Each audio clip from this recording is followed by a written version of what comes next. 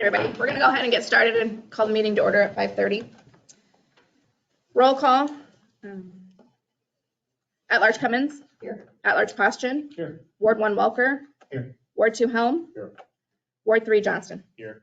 Okay, please stand for the Pledge of Allegiance. I pledge allegiance To the flag of the United States of America and to the republic for which it stands, one nation, under God, indivisible, with liberty and justice for all.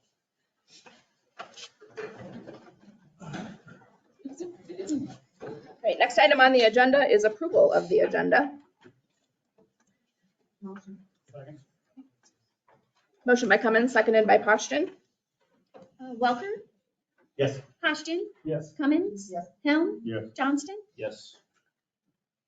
Okay, next is the communications portion of the meeting. We have one scheduled portion of the communications, and that is discussion and possible action concerning Tipton Chamber of Commerce kickoff to summer event in the park on Saturday, June 8th from 1 p.m. to 9 p.m.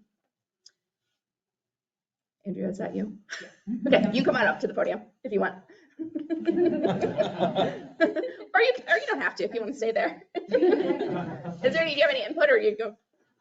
So I sent pretty much everything to Amy on that. So last year we did it downtown with all the construction. We're requesting to do it in the park this year.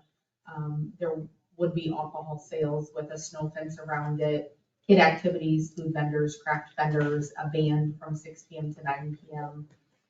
Out of, so similar to what we did last year, just we're hoping to continue to expand this event every summer and have more people involved every year. Okay. Anybody have any questions for Andrea? Okay, all right. Is there anyone else? Larry? Larry Hodgson, 210 the aquatic center on your mind. I see it's not on tonight's agenda, so I don't know where you are. But I think it's very important to try to keep moving forward to get that thing up and running. You saw the last meeting, the last big meeting, how important it is to people of Tipton. We've got a great aquatic center. We're going to have to keep it running, so it's going to be important for you guys to follow through on it. After the meeting, I went up and looked at the unit sitting up there by the building. And looking at, considering what had happened, since you've had that in here and found out it wouldn't fit and be supported on the roof, the first thought they had was to put it on the north side of the building. And part of the reason for that, putting it that right on the side of the building, was for ease of installation. And probably, and I would guess, and I think you need to find out before you go ahead with your plan to put it on the west side of the building, you need to compare the cost of installing that thing on the north side versus the west side. There could be a lot less piping to run. You're not going to have to modify roofing and stuff like that. So I hope you would consider that. There is room for it out there on the north side. Either place you put it, west side or north side, you're going to have to build a fence around it. You could build a taller fence, taller than the unit, and put soundproofing on the inside of the fence, eliminate noise problem on the side where the pool is. So I think those problems can be overcome. Plus, I also found out that originally there was a concern about a transformer being needed. Well, I found out that's no longer necessary, so it's not a concern as far as a large amount of money to be spent for that installation. So I hope you'll look at that and keep moving forward with that, get that thing up and running so people can use it. Thanks. Do you want a motion on that? Yeah, first one? yeah, I was to say, is there anyone else before I apologize for getting too far ahead of myself with this section of it? So we need to make a motion to approve the Tipton Chamber of Commerce kickoff event. Motion. Second. Okay, motion by Johnston, seconded by Poston, Yes. Cummins, Yes. Helm, Yes. Johnston, Yes. Welker. Yes. Okay, next is consent agenda. These are routine items that will be enacted by one motion without separate discussion unless a council member requests separate consideration. Council minutes from February 5th, 2024. Council meeting minutes of February 15th, 2024. Mental Director's Report 2024. Library minutes, January 15th, 2024.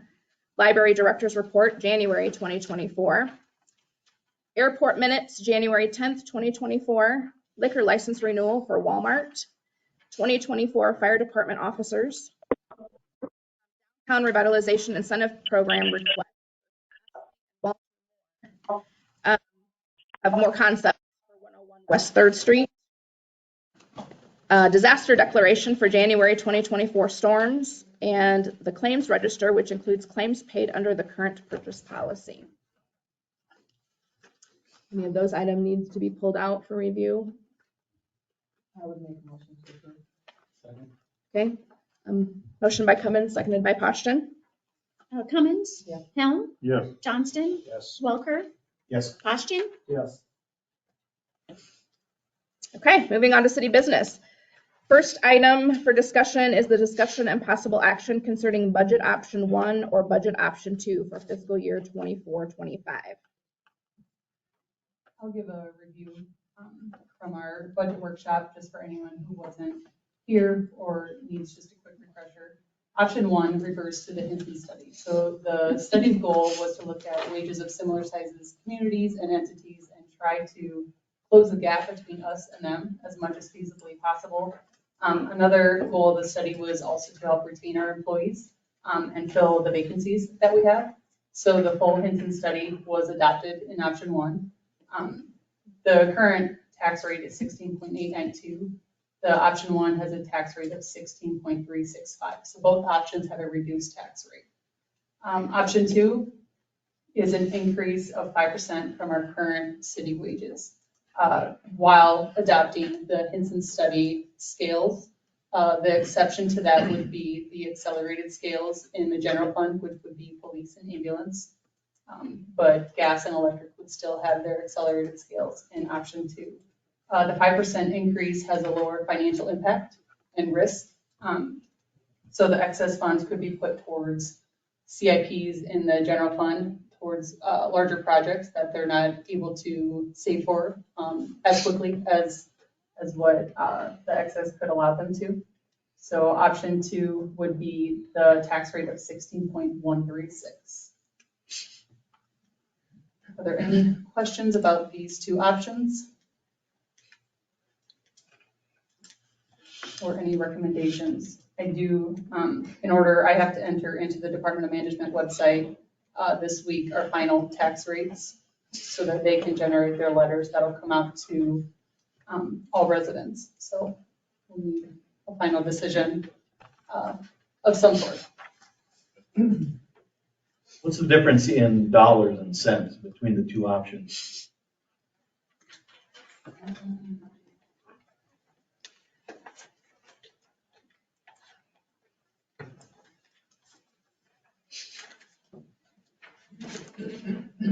You're gonna give me a minute to calculate.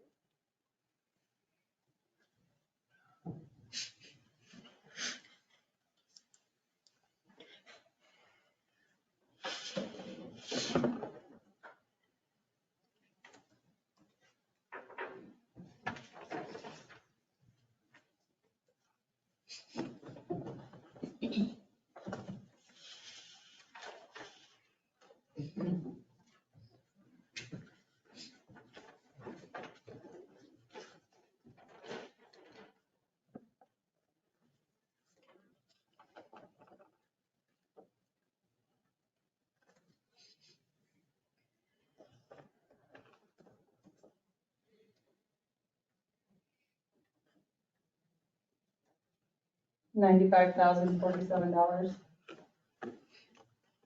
So option 1 is roughly 95,000 more. Correct.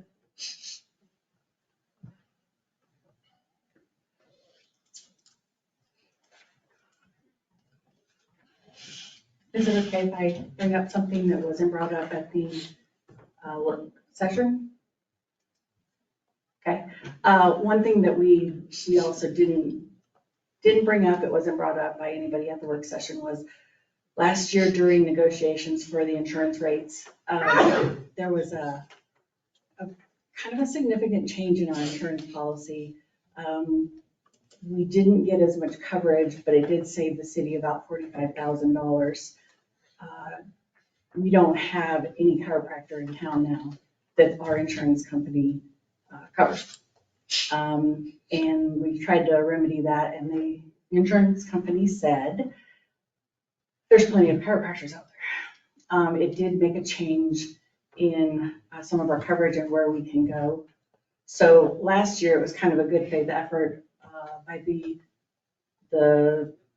group, the committee, that, yeah, we can do this. It'll save the city about $45,000, and our insurance isn't as good. So that's one of those things too, that we have been really trying hard as employees to make the city work. Again, I think we have to do insurance negotiations again. Like everything else, I'm sure that those are going up too, which means we're going to take it in the shorts again. if we have to figure out how to even that out.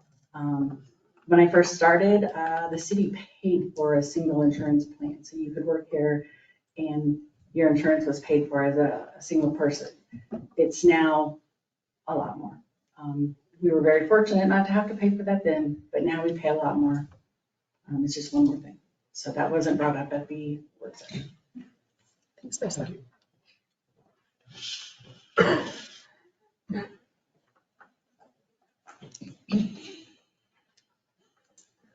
Any thoughts, questions? She needs an answer tonight.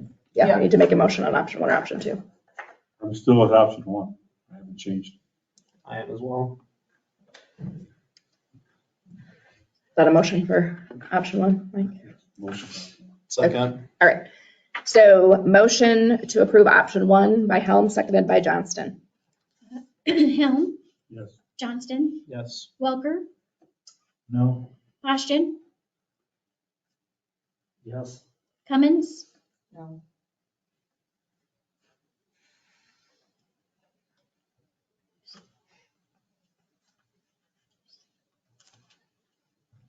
Yeah, 2, right? Yeah. Okay. So motion approved. For option 1, yep. Melissa, do you need anything else on that? Nope. Okay.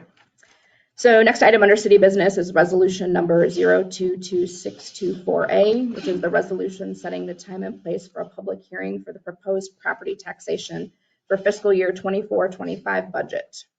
So this is the first official part of the budget process that you'll see. We have to set the proposed tax rate hearing. So on April 1st, you're going to have 2 official meetings. The first meeting is going to be at 5:30, and that's where any resident from the city can come in. It'll be the public hearing on the tax rate, and they can come in and voice their opinion. You'll have to have that meeting open for at least 15 minutes to allow for anyone to come in during that time. So we'll have a meeting at 5:30, and then at 5:45, we'll have our regular meeting scheduled. So it'll be a little change then, but we'll be able to have them back to back then.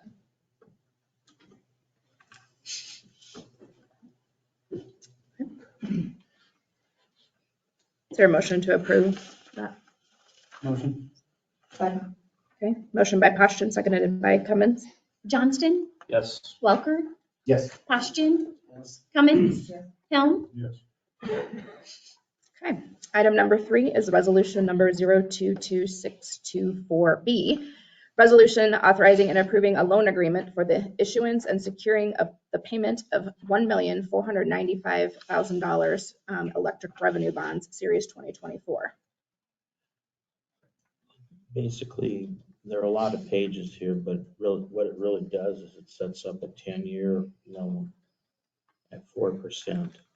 Typical payments each year vary from $125,000 to $190,000. They get larger as the time goes by. And And again, this is for the industrial feeder project.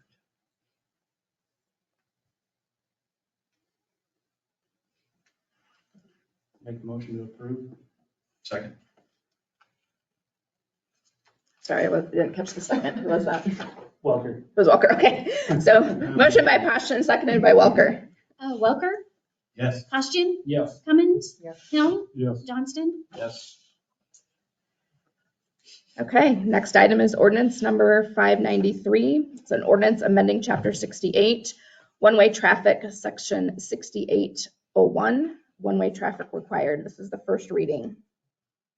Yeah, and this is one that I'm not really asking you to waive readings on. If you have your first one tonight, second one in a week from tonight, third one at March 18th, that would give time for it to become effective in time. And this isn't as straightforward as the other one coming up on your agenda, because there could be people who, as they hear more about it, might have other information or opinions that they want to approach you with. But basically looks at the blocks going south to north from West 3rd to West 6th, and sets up northbound traffic only. And the effective period is basically from April 1 through or until October 31. And if it becomes something that people like or become used to, at that point in time, you can consider whether or not to make it permanent. Brian, what are we gonna do to make sure people don't use it as Highway 38 Junior? Only because I live right Yeah. on that alley, Well, and they already do it. yeah. Well, we haven't, I think I'll defer. Like, this is coming. So that's one of the things that I kind of was watching for last year. Making it one way, starting at West Third and going northbound should alleviate the people that are trying to use it if they're going south, because they would have to go around some blocks. So they're just gonna go to Lynn Street and go. They're not gonna zigzag around. When Brian and I talked, making this an ordinance, we have the ability then to stop people, give them a ticket because they're going the wrong way. Hopefully alleviating that. We'll be patrolling as much as we can, because big trucks will also be trying to use Lynn Street again and whatnot. But the DOT and Highway 38 people have really been working hard with better signage. We're still gonna have some people using it, but our goal is to reduce that as much as possible. It's not the usage that worries me so much. I've almost been clipped twice by people just coming around the corner at a fairly large speed that you shouldn't be doing downtown, obviously, anyway. So we'll do whatever we can to keep track of that, but that's one of the reasons why it's going northbound and not southbound. Yeah. Just based on the flow. Cool, thank you.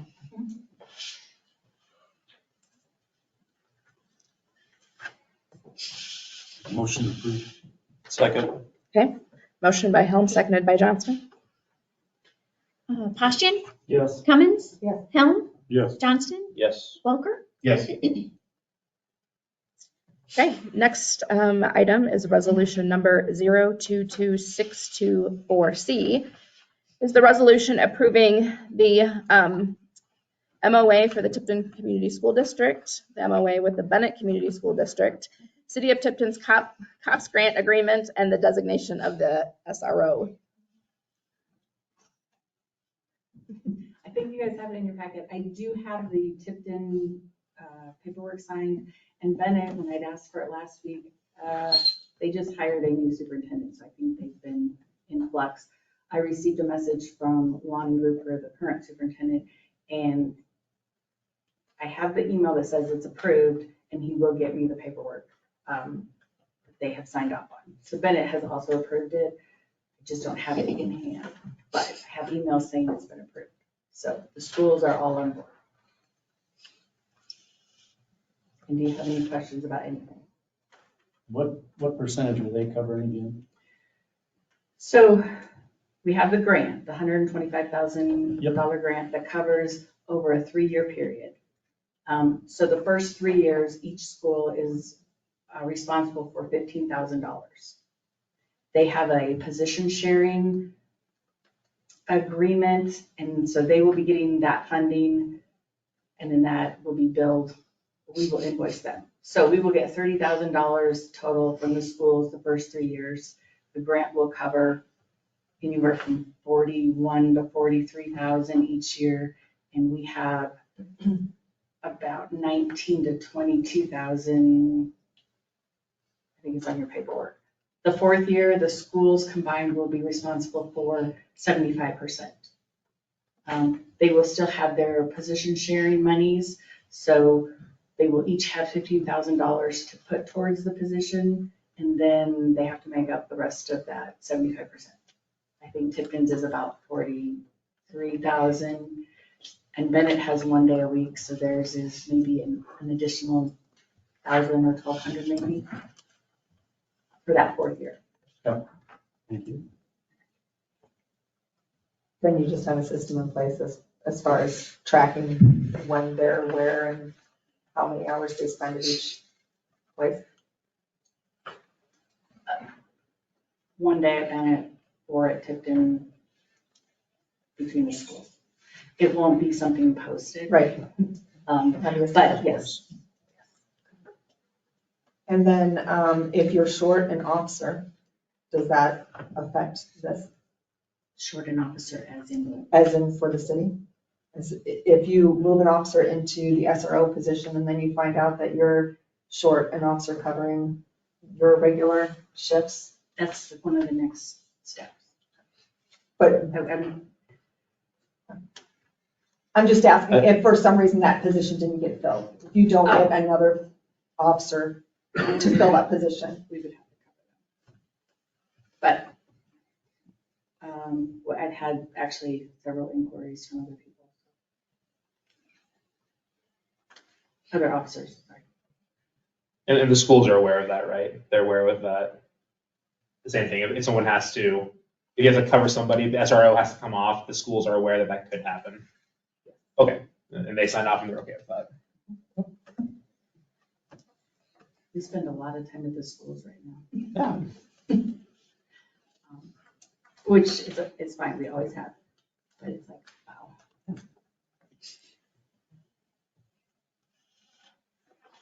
And then is this something that comes back to us after the 4 years? After the 4 years, then we have to renegotiate. That's when, Yep. and so it would just come back and the whole process. My goal is to apply for the grant again, to get another 4 years. And other schools have been very proactive and positive. Wilton, Durant, West Branch, in saying they didn't have the grant previously and they still want the SRO. They couldn't imagine not having the SRO in place, just the benefits, which you can't predict the future. But it seems like the whole nation is going that route. I think Cedar Rapids and Iowa City have taken a lot of their SROs out of the schools. It was a while ago, and then they found that it was causing more problems, and they've been reinstating it back in. And will these hours that this person will work, is it strictly going to be school days, or will they be potentially working activities that are after school or on weekends or whatever? So the officer during the school day when you have the majority of your students, but there are also times where they would be at some activities. We always have officers at activities now. Whoever's working, they go and they're there interacting. The school resource officer is mainly for school day. That's not to say after prom, we always have a couple people there. If we know there's something big coming up and we kind of get wind of something, which part of the school resource officer's job is to check out, what are the risks? What are we looking at? Can we head that off before something bad happens? They're in there, they're boots on the ground. We're hoping to alleviate that too. Lisa, do you apply for the grant renewal in year 3 of the 4-year term? Or is there a potential for a gap? But I guess what's the turnaround time from when you apply to you get approval? It's a federal grant. Yeah, Oh that's my why I gosh. know, that's why I'm asking. So, I know. I can honestly tell you, I don't know. Okay. I do know of 2 schools that have done the renewal, and I'll ask them. Yeah. North Liberty was one, and there's an Iowa City school, but I will check on that. Yeah, I'm curious, just all of my professional grants are federal grants, and you always apply the year ahead so that there's no It gap. opens up in March, like you have to have it in by March. Their fiscal year starts, October, so it's a little wonky. Yeah, okay. I just was curious if there was any risk that we would have a gap where there wouldn't be funding between the grant. Okay. Now, do you have somebody in mind for this, or you take one of your officers now, or are you hiring for this position? We already have somebody who the schools actually are requesting also, Okay. but is a good fit. Okay. You want to know who? What's that? Do you want to know who? Sure. Yeah. They're all here. Officer Dirks has been in the schools doing the DARE program, and the schools are in love with him. Okay. They are part of, if you read our memorandum of understanding, the schools are part of the decision-making process for that. Okay.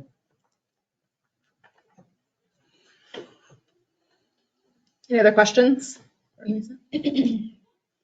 Not, do we have a motion to approve? I motion to approve. Okay. All right, motion by Johnston, seconded by Helm. Cummins? Yes. Helm? Yes. Johnston? Yes. Welker? Yes. Poschin? Yes. Motion carried. All right, next thing on the agenda, discussion and possible action authorizing the police chief to hire a certified officer to fill the vacancy due to the school resource officer position. Approval. I worked with Melissa, we have put it in the budget. We're filling that vacancy, and the school resource officer, the funding, like I said, comes from the grant, the schools, and we have about, I think the first year is $19,000, which is partly benefits and remind me. FICA and IFRS, thank you. I think there's a part in there, so. So the position is planned for.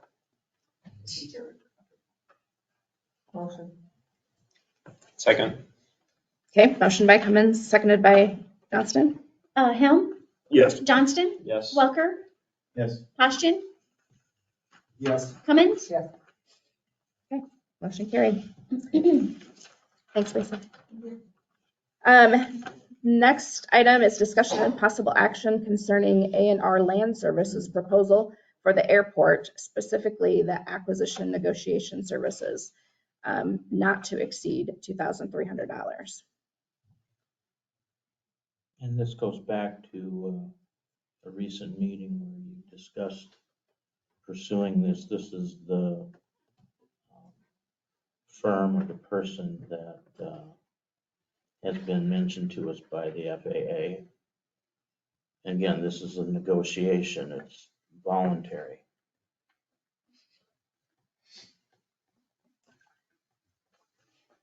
Motion to approve.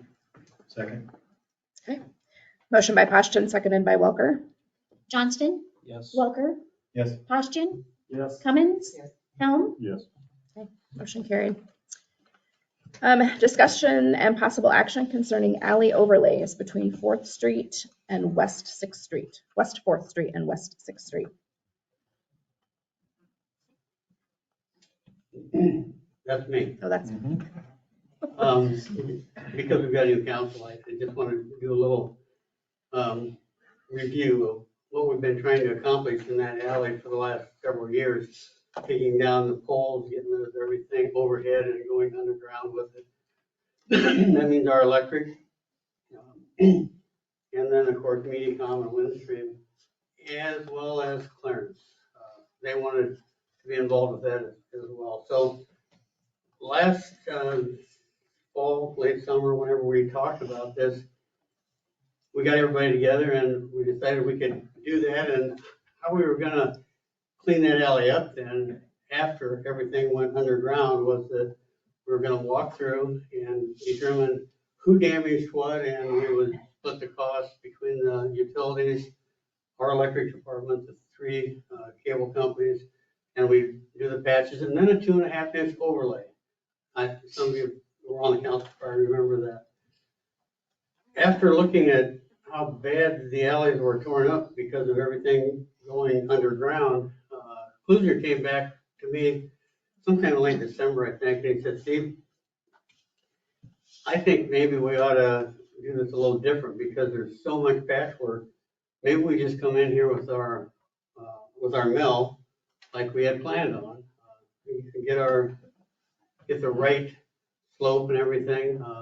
We compact those openings with rock and then come over the top with a 3-inch overlay over the whole thing. So it would be one smooth alley. That makes it a little cheaper as well because there's so much less. They said they do that a lot. I thought it was a great idea. Now, here's the other thing. The council last year, if you remember, I think okayed $35,000 for doing 4th to 6th. So then the gas station over here, they saw that going on. And they said, well, what about us? There's about 1,900 square feet behind the gas station there that is something, asphalt, concrete. On down a little ways, that's a nice concrete alley. So we looked at that, and there's not that much there to do.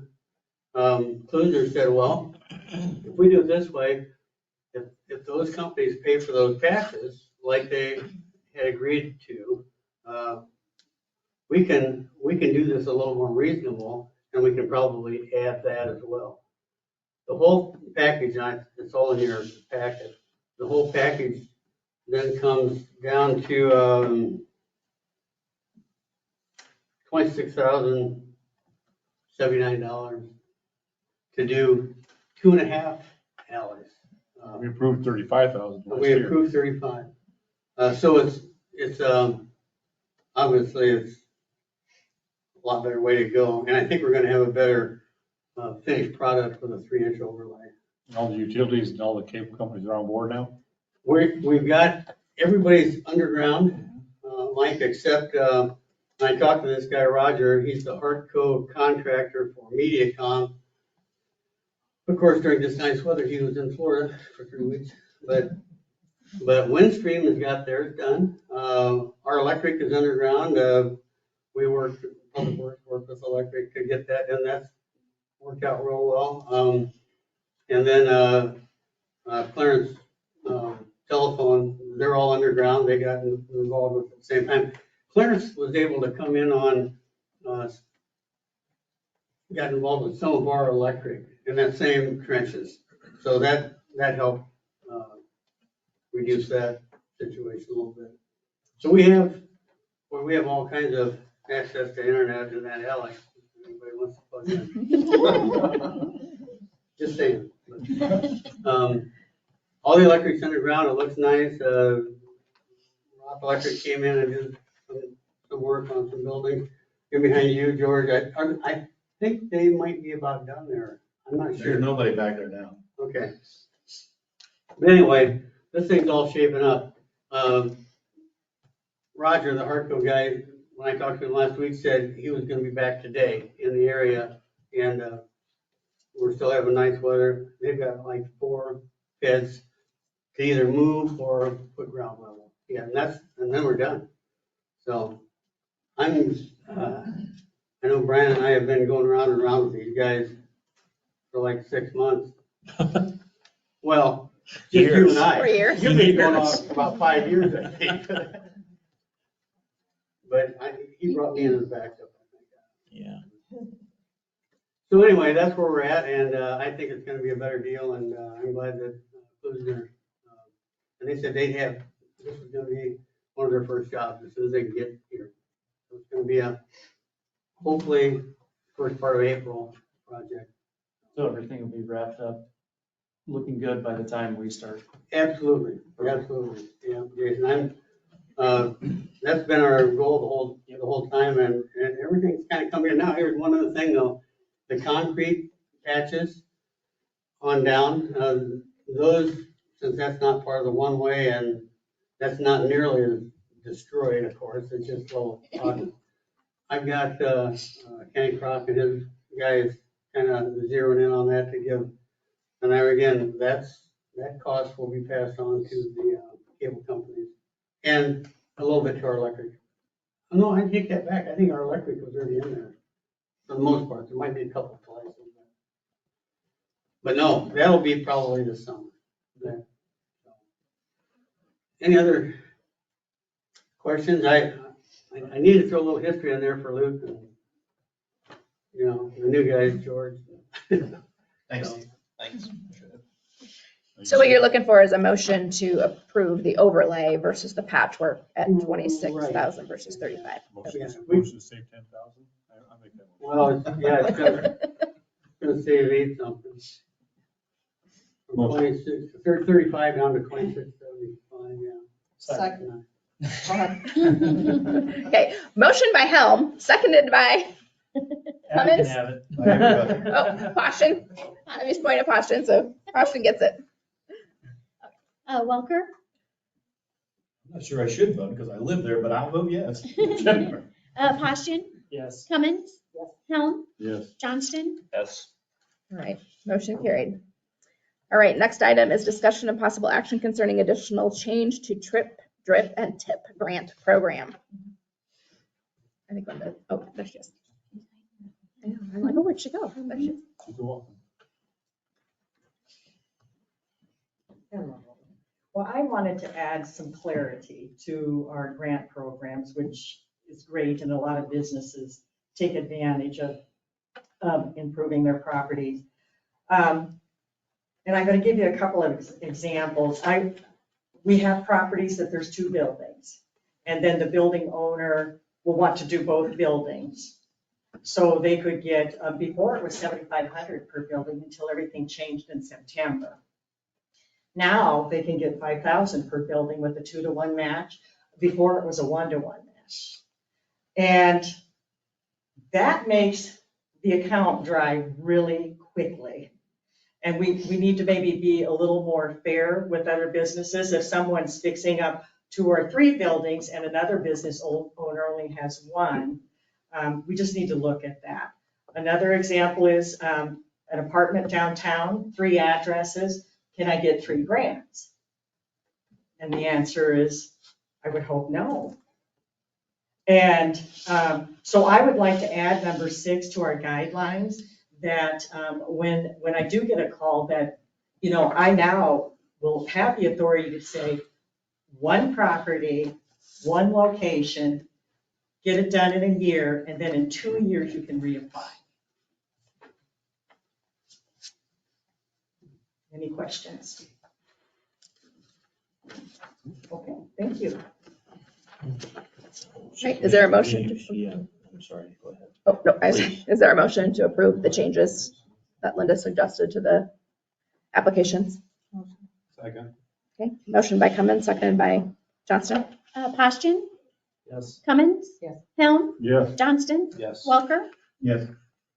Motion carried. Next item is resolution number 022624D, is a resolution to assess utility charges due to non-payment by property owner. For this one, I'm just looking for approval to assess the utility owner for unpaid utilities to the county treasurer's office to apply a lien. Motion. Second. Okay, motion by Welker, seconded by Poston. Cummins. Yes. Helm, Yes. Johnston, Yes. Welker, Yes. Poston. Yes. Okay, motion carried. Next is ordinance number 594. An ordinance amending the city code of ordinances of the city of Tipton, Iowa by adding a new section pertaining to debts subject to set-off program. For this one, the city was enrolled in the old offset program, which was run through the Department of Administrative Services. The new program is being replaced and is now the set-off program through the Department of Revenue.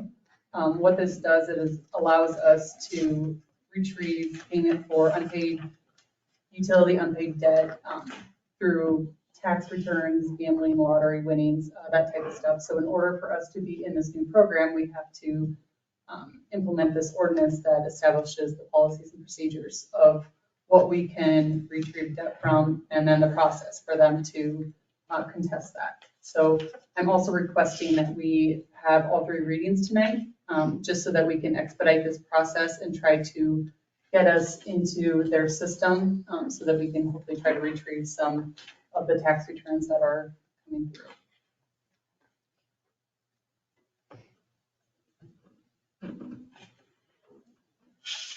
Motion. Second. Okay. Motion by Helm, seconded by Poston. For the first reading, yes. All right. Helm, Yes. Johnston, Yes. Welker, Yes. Poston, Yes. Cummins. Make a motion for the second? Yeah, we need a motion to suspend the rules. Motion to suspend. Second. Who said second? Helm. Helm. Okay. Yep. Motion by Poston, seconded by Helm. Helm, Yes. Johnston, Yes. Welker, Yes. Poston, Yes. Cummins. Yes. Okay. Now, a motion for the second reading. Motion. Motion by Helm, Second. seconded by Cummins. Helm, Yes. Johnston, Yes. Welker, Yes. Poston, Yes. Cummins. Yes. Okay. And motion for the third and final reading. Motion. Motion by Poston, Second. seconded by Helm.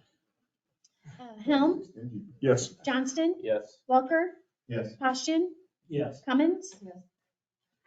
All right, motion carried. Okay. So that is the final thing on city business, right? Yes. Okay. Reports from department heads. I just have one thing, as we get closer to this North Plum project, I'm gonna send a letter out to all the residents up there to, if they have any doubt whatsoever on their sanitary sewer service line. We've cambered our main, it looks good. But if anybody wants to get their service line worked on before we put a new 7-inch concrete street on top of it, now would be the time where it's gonna cost you a lot of money to put that street back down the road. So we do have, I've already talked to Maggie Marchek, and she's gonna be doing that. I don't know the age of some of those houses. I think, Jason, are they in the 60s, 50s? From what I remember, it was late 70s, early 80s. Yeah. Is it? Yeah, I can't. Ron and Lois are 76, I think. So she said. probably most of those are PVC. I would, yeah. Maggie's was not. It was about 30 feet out PVC, and then it went to 5. So we do that on a pretty consistent basis when we put a new street in.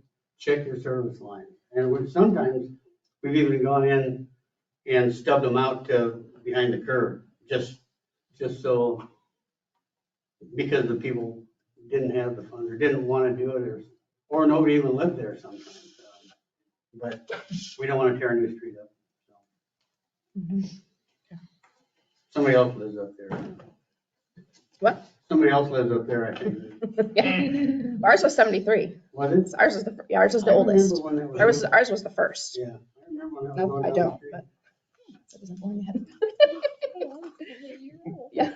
Yeah, ours was the first up there, so everything else has been built since then, I think. Okay. Any other department heads? Brad, John? No?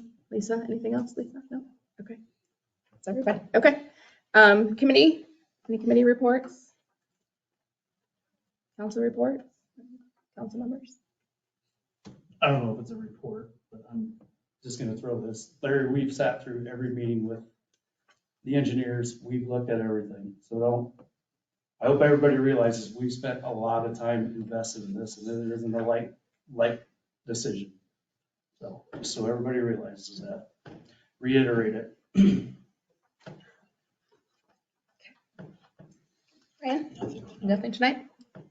Melissa, do you have anything else? No. Okay. I don't have anything else either. I guess I just will just say, I have spent a few Friday afternoons over the last month with the utilities, gas, water, electric, and streets department, and just met with the employees and had some conversations. Steve and I drove around town. Brian Brennan and I drove around town last Friday looking at the wastewater plants and facilities and things, and had some good conversations. And I think all of those meetings went well. I guess department heads, if you think otherwise, feel free to speak up. But I will be working my way through the rest of the departments over the next month or so here. But I think those meetings have went well. Everybody seems happy. If they're not, they're lying to me. That's all I have. Right? If there's nothing else, do you have a motion to adjourn? Motion by Poston, seconded by Helm. Johnston, Yes. Welker, Yes. Poston, Yes. Cummins, Yes. Helm. Yes. All right, motion carried, meeting adjourned.